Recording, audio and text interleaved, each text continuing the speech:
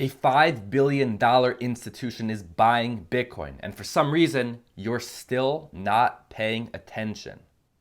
Welcome aboard the Bitcoin Express. My name is Chase. Let's get to it. Pay close attention because if you do, you will have an unfair advantage when it comes to Bitcoin, while the rest of the world is acting blind. Institutions have been buying Bitcoin, they're currently buying Bitcoin, and they will continue to buy Bitcoin in the future.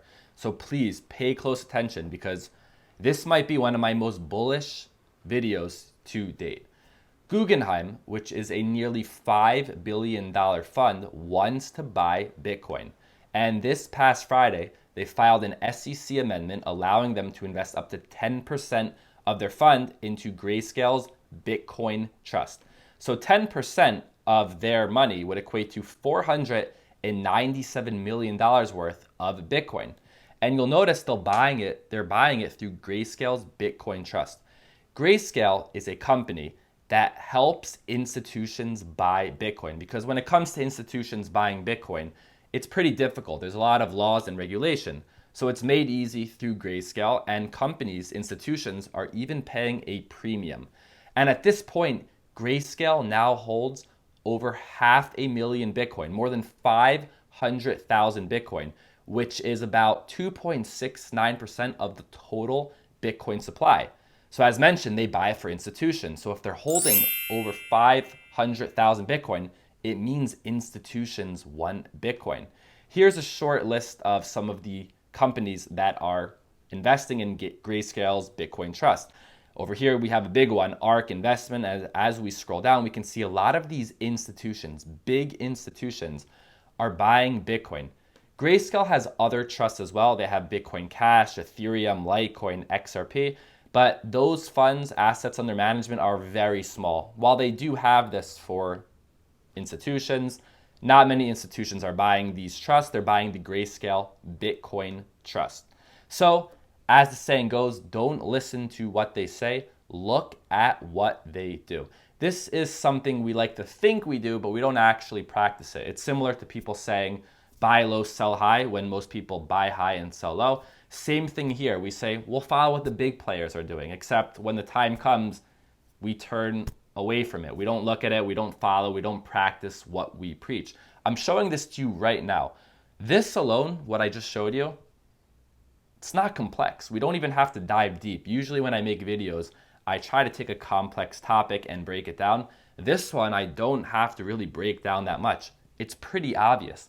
Institutions are buying Bitcoin, billions of dollars of worth, but it doesn't end there. This is just one part. And while this news is exciting, it's not surprising because these stories continue to happen over and over again. Every single time a story like this comes out, I always say in my videos, it's nice, it's exciting, but there's going to be many more to come. And every time there is a story, I will update you guys on that story. You want to stay updated? Make sure to subscribe to the video. Right now, hit the bell notification so you'll always keep your information up to date. So I'm going to say it right now again. There's going to be many more stories in the future of more institutions getting in. It doesn't end right here. 2020, a very massive story was billionaire hedge fund manager Paul Tudor Jones reporting that his fund is buying Bitcoin and he sees massive upside in Bitcoin, and it's like investing in Apple or Google in the early days. When it comes to emerging technologies, no one wants to be first and no one wants to be last. So by Paul Tudor Jones coming out and admitting that his firm is buying Bitcoin, this essentially gave permission to everyone in the world. These aren't small players. These are Wall Street veterans, legends that everyone respects. And because Paul Tudor Jones opened up the door, many other big fund managers are coming out stating Bitcoin is needed and people should buy Bitcoin. Bill Miller says that every major bank will have exposure to Bitcoin in the future. And I agree with Bill Miller. Bill Miller is a renowned fund manager who also sees the upside in Bitcoin. And he's right. It's going to get to a point where it will be considered irresponsible for a fund to not hold a small percentage of Bitcoin in their portfolio due to the upside and the asymmetric risk with Bitcoin. Also in 2020, billionaire hedge fund investor Stanley Druckenmiller says that he owns Bitcoin. Billionaires, hedge funds, institutions, they own Bitcoin. And maybe one of the biggest ones of 2020, for me at least, was Microstrategy. This is a publicly traded company.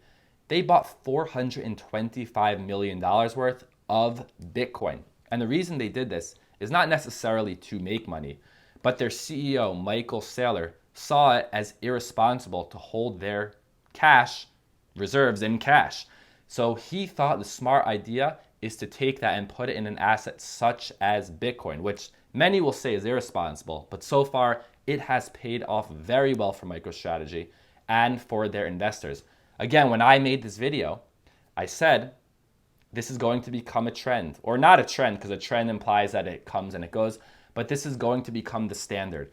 Companies, even publicly traded companies, will put a portion of their assets in Bitcoin, and that's exactly what happened. There's a website called Bitcoin Treasuries, and it shows a full list of all the public and private companies that hold Bitcoin. And when this list first came out, it was very small, just a few companies on here. But as I said in that previous video, the list will grow, and it has grown. And I'm going to say it again right now, November 30th, 2020, this list will continue to grow. It will get massive. Publicly traded companies that are holding Bitcoin and private companies that are holding Bitcoin as well. And at this point, you might be wondering, why hasn't the price of Bitcoin skyrocketed? I mean, we did just touch all-time highs today, so I would say we are moving up very quickly. But what I mean by that is, why isn't the price right now in the end of 2020 for one Bitcoin $30,000, $40,000, $50,000 if all of these institutions are buying Bitcoin? And I'll explain to you why. Because these institutions buy Bitcoin very methodically. They don't buy Bitcoin on an exchange like you or I do.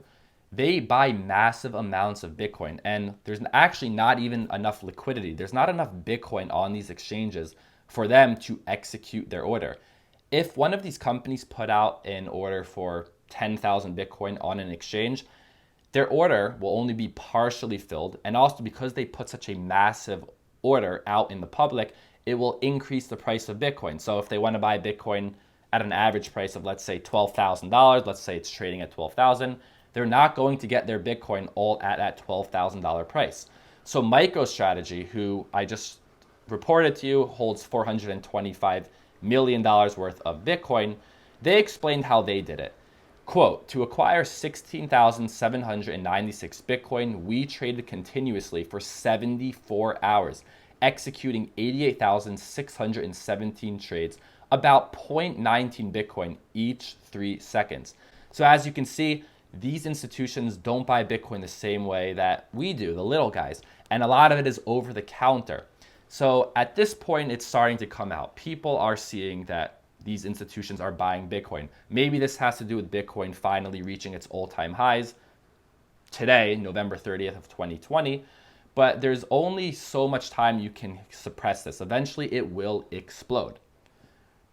More institutions are coming, and they will buy, and you can't suppress the price for that long. This is what the institutions want. They want to suppress the price because, as you can see, they keep accumulating more Bitcoin. So why would they want Bitcoin to skyrocket to $30,000, $40,000 when they can continue to buy it at lower prices? Because smart money, strong hands, they're in it for the long term.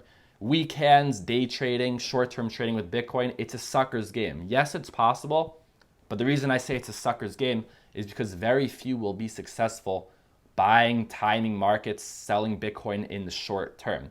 Prior to all of everything I just said right now, prior to 2020, some of the biggest financial institutions of the world were involved in institutional custody for Bitcoin. Fidelity may be the most respected financial institution in the world, if not the most, top 5. They have Fidelity digital assets, where they hold digital currency, digital assets for institutions. Of course, we also have Bakkt. Bakkt is a company owned by the same parent company as the New York Stock Exchange, and they also are a custodian for Bitcoin for large institutions. So this is the difference. This is how you tell who's weak hands, who has weak hands and who has strong hands. Weak hands, or people that don't understand Bitcoin, they buy high and sell low. Of course, we want to buy low and sell high, but they don't do this in practice. Strong hands, they buy Bitcoin whether it's high or low, and when the price dips, when it crashes, they buy more. This is the difference, but the problem is you would not be able to just tell someone you have to hold. I know a lot of people go out there on Twitter or their whatever group they're on, and they say, just hold, just hold. It's very difficult to tell someone to hold on to an asset while it's crashing, and even harder to tell them to buy more as it's crashing if they don't understand what they're buying. It is like driving a car blind. I'll even go as far to say that driving a car blind is safer than buying into an asset, a large amount of money into an asset that you have no idea about. Definitely need to educate yourself on Bitcoin if you really want to be in it for the long run. Best place to start is the Bitcoin Standard. This is, I believe, the best book, most efficient book to understand really what Bitcoin is. Go down below in the description.